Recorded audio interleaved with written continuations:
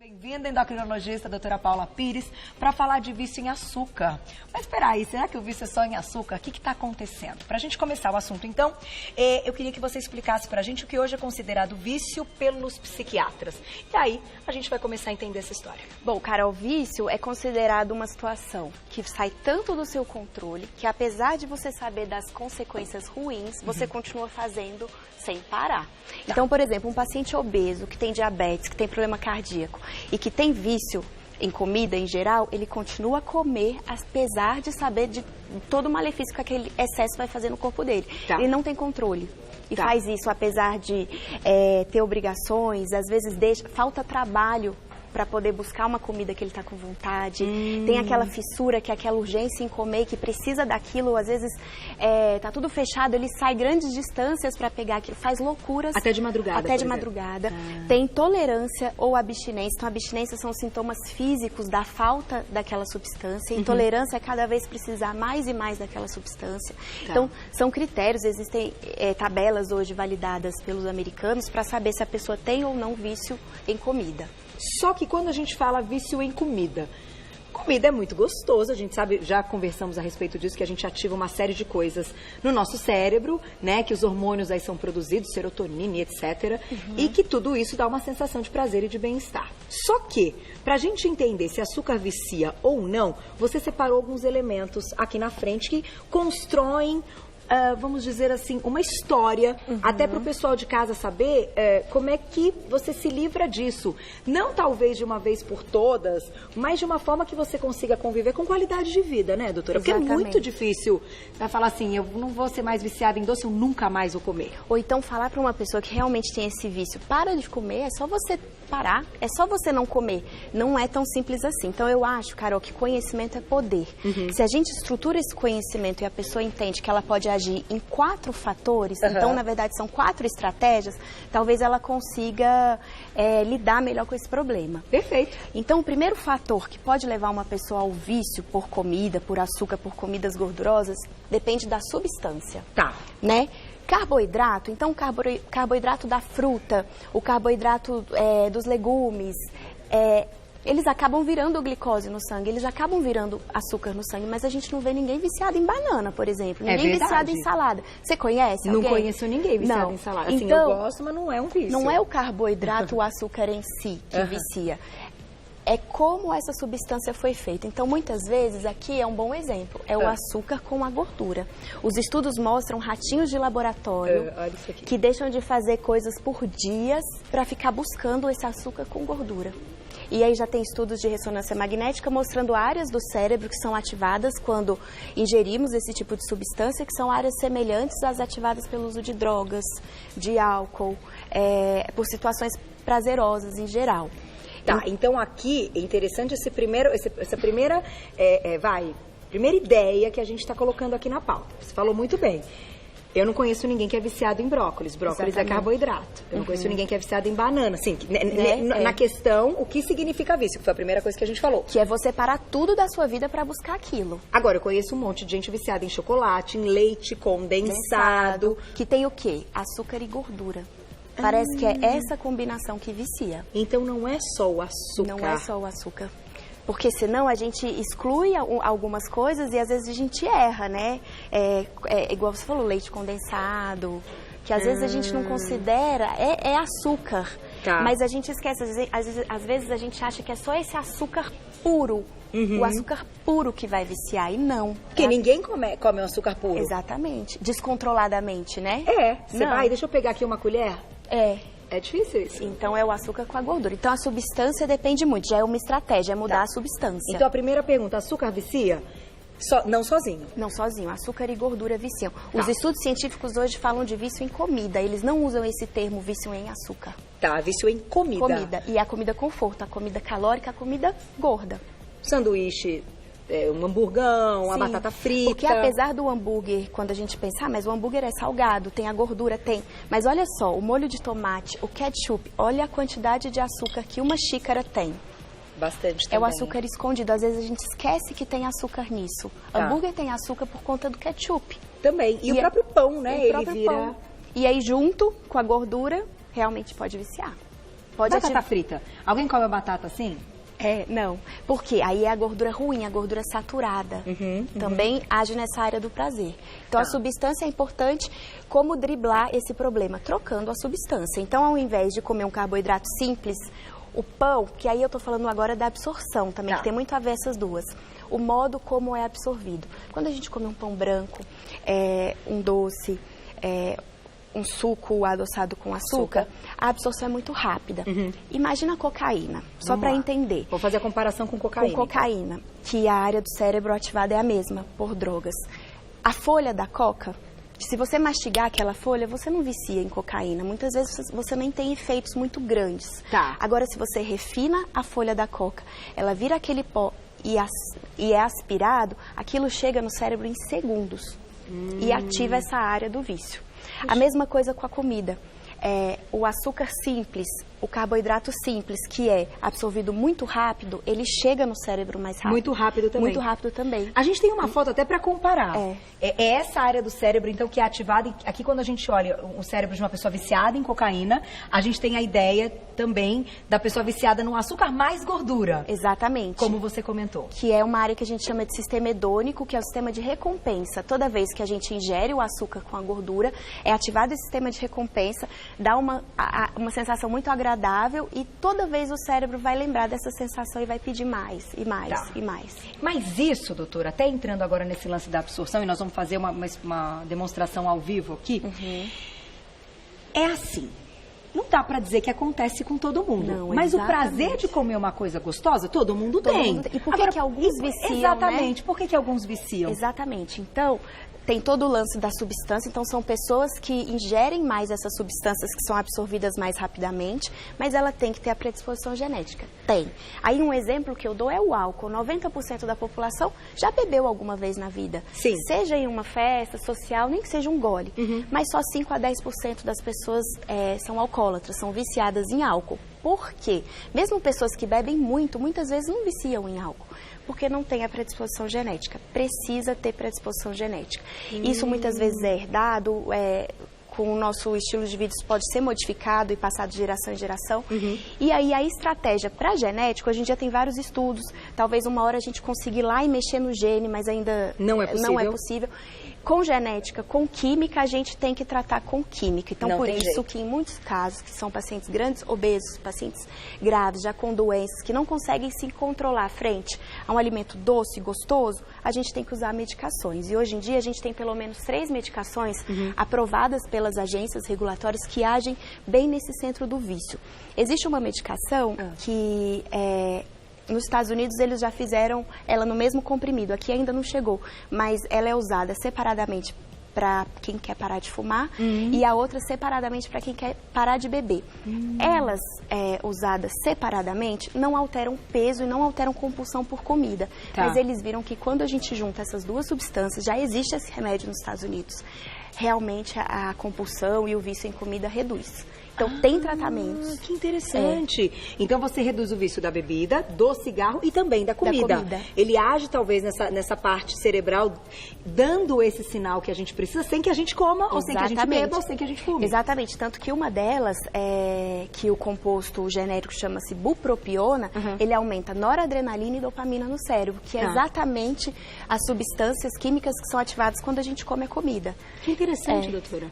Então, isso é algo que faz parte do tratamento. Aqui a gente está citando, e eu acho que isso é muito legal. Não é aqui já uma indicação direta para algum caso de alguém que esteja assistindo. Mas você tendo a informação, você consegue conversar com o seu médico. Falar, eu ouvi, eu assisti, eu agora domino essa informação. Como é que é essa história? Né? E bater um papo sempre com o médico para saber se é para você. Sabe o que eu acho grave, Carol? Eu tenho visto muitos pacientes doentes que eles têm vergonha de falar que eles têm esse vício pela comida. É comum o paciente comer sozinho. É comum o paciente sentir muita culpa e nem conseguir falar com o médico. Ah, entendi. Ele dá uma fugidinha, ele não deixa ninguém ver que ele comeu. Exatamente. Que e deu aí, uma abusada. O médico também, ele tem que perguntar ativamente como que a gente suspeita de que o paciente pode ter essa compulsão tão grande, esse vício tão grande, quando ele tem flutuações muito grandes de peso. Então, de um final de semana para o começo da semana, ele ganha 3, 4 quilos. Isso acontece. Ah, isso acontece? Acontece. Então, é um vício tão grande, você come descontroladamente. Vamos fazer a nossa demonstração ao vivo, então, pessoal de casa entender. Quando a gente se alimenta de algo muito rico em açúcar, seja com a gordura junto ou o açúcar sozinho, o que acontece? Aqui é só para demonstrar como a absorção é rápida. Então, quando a gente pega um alimento rico em açúcar refinado, açúcar simples, carboidrato simples, olha o que acontece no nosso intestino. Rapidamente chega no nosso sangue. Rapidamente faz um pico de insulina e em segundos já chega no cérebro, ativando a área da recompensa. Como a gente pode driblar e melhorar essa absorção? Então, é acrescentando fibra. Aqui eu dei um exemplo de aveia, mas tem várias coisas. Por exemplo, vai comer uma massa, adiciona uma salada junto. A fibra da salada já segura. Então, aqui, ó, a aveia, e aí quando eu coloco o açúcar, tá vendo que vai sendo desce. Bem devagar, ó, bem devagar. Que legal, doutora. E isso realmente acontece, essa quebra do carboidrato é super lenta, que são os carboidratos complexos, não fazendo grandes picos de insulina. O que acontece quando a gente absorve tão rápido e faz pico de insulina? O açúcar, Carol, vira gordura. O excesso, né? Isso é interessante falar. É isso que eu ia falar, o excesso. Carboidrato é a nossa principal fonte de energia. Isso vira glicose no sangue e dá energia para os músculos e para o cérebro. A gente precisa disso. Mas o excesso, quando a gente come mais do que a gente deveria, pelo pico de insulina, acaba virando gordura estocada no organismo. Vamos colocar a pergunta do público e eu já vou fazer a minha pergunta em relação também aos carboidratos complexos. Eles também são carboidratos, então a gente já vai entender essa relação com a gordura. Na tela, quem escreveu pra gente? Um beijo, Fernanda, obrigada. Minha filha tem 7 anos de idade e vive dizendo que quer doce. Chega a ficar nervosa, quase descontrolada e só acalma depois de comer o doce. Acho que ela está viciada, o que posso fazer pra ajudar? É complicado esses negócios de criança também, antes até da doutora falar, eu vou fazer um adendo que eu tenho um filho pequeno.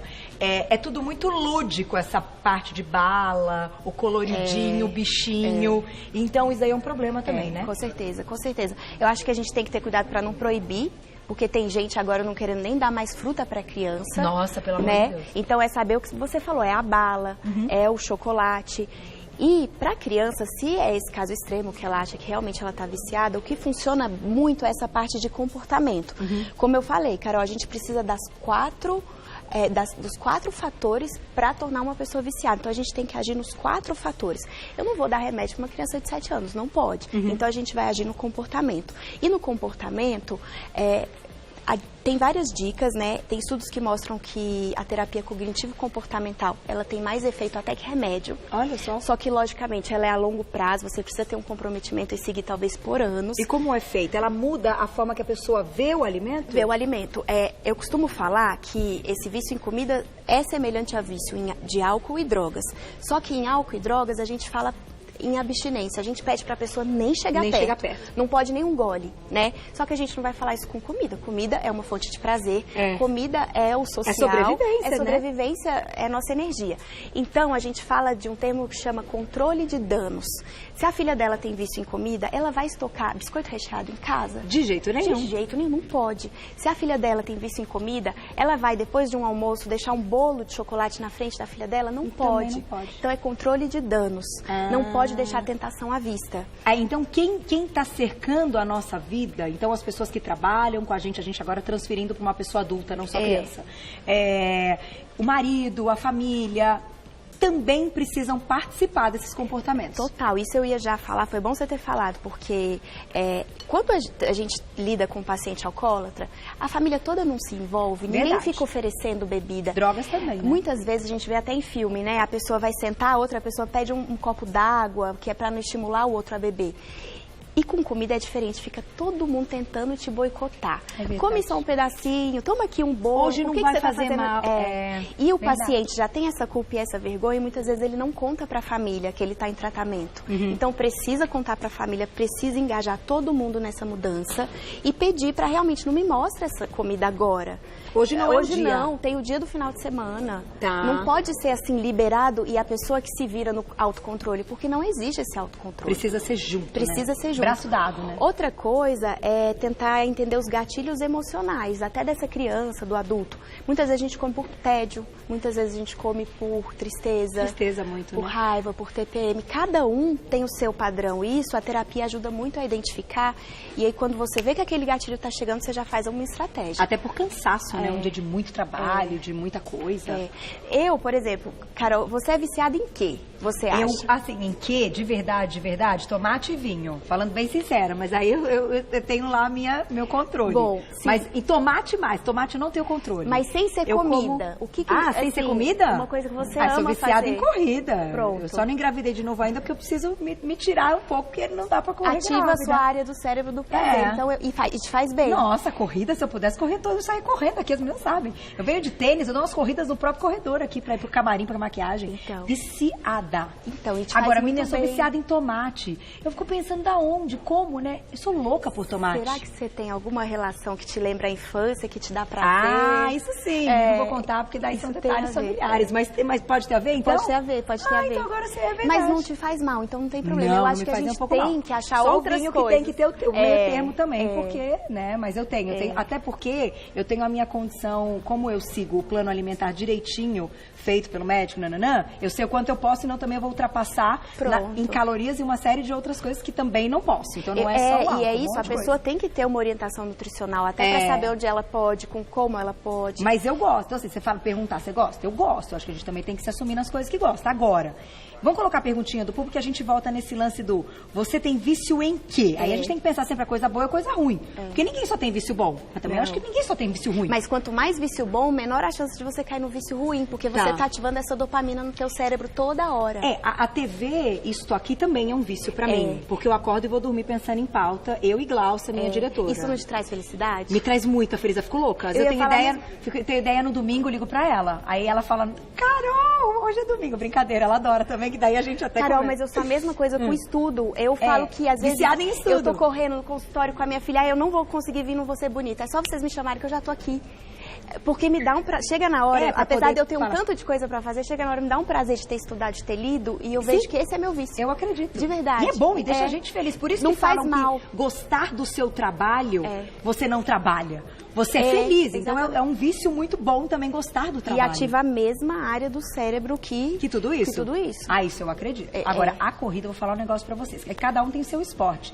Mas que coisa. O treino também funcional eu amo muito, porque eu amo minha personal. Mas a corrida, que é o que eu faço sozinha, que é você com você, acabou, você bota o fone ali ou não, o tênis e vai, é um negócio fantástico. Mas demorou pra você sentir essa sensação de vício? Se demorou com a corrida? Porque muito paciente chega e fala, eu não consigo gostar. Eu corro há 16 anos, não demorou muito não. Não demorou muito não. Perguntinha do público, senão a diretora fala, manda, faz o seguinte, e se o pessoal mandar um pouco dos vícios pra gente conversar um pouco sobre isso? Manda pra gente. Gabi, um beijo pra você, obrigada. É melhor comer um doce após o almoço ou após o jantar? E essa história, mas pode comer um doce todo dia depois do almoço, depois do jantar? Poder pode. Se você não tá obeso, não tem que controlar a caloria, não tem problema. O quanto pode, doutor? Comer depois da refeição é melhor porque provavelmente na refeição você comeu uma proteína, uma carne, um legume, então tem a fibra, aí a absorção já é um pouco menor. É melhor do que comer, por exemplo, um doce em jejum de manhã, que aí a absorção vai ser na hora. Por isso que o pãozinho francês de farinha branca de manhã não é legal? Talvez assim, se você associar com queijo branco, associar com uma fonte de proteína com ovo, é até um pouco melhor.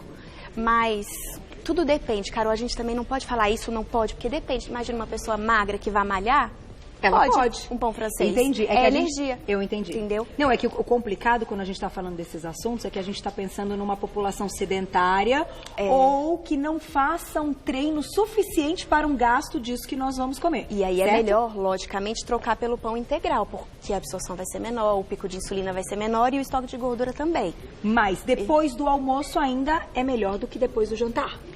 Isso é super controverso. Sério? Esse negócio de carboidrato à noite. Então, conta essa história, é controverso? Então, para quem quer controlar o peso, o importante é reduzir as calorias gerais. Tem alguns estudos que mostram que o corpo não trabalha tão bem à noite mesmo e ele não sabe lidar com esse pico de insulina à noite. Mas isso é super controverso. Tem corpo que pode lidar bem. Tem corpo que pode, a gente não pode fazer essa orientação para todo mundo. Olha que legal. O carboidrato é conforto, tem gente que precisa. Eu, por exemplo, eu preciso de um pouquinho de carboidrato à noite. Então eu como um arrozinho integral com um peixinho e uma salada. Eu preciso. Que tal o seu Se eu ficasse só com a salada e com o peixe, eu não iria dormir bem. Tem pessoas que precisam desse carboidrato à noite. Até para ter uma melatonina disponível melhor. Porque libera serotonina, dopamina até para dormir melhor. Entendi. Então também essa coisa de tirar totalmente o carboidrato, isso é controverso, isso não é indicado para todo mundo. Olha que interessante. Perguntinha do público, tem mais, olha lá. Vamos discutir um pouquinho esse lance dos vícios. Qual é o seu vício? Andréia, um beijo. É uma boa estratégia tirar todo o açúcar de uma vez?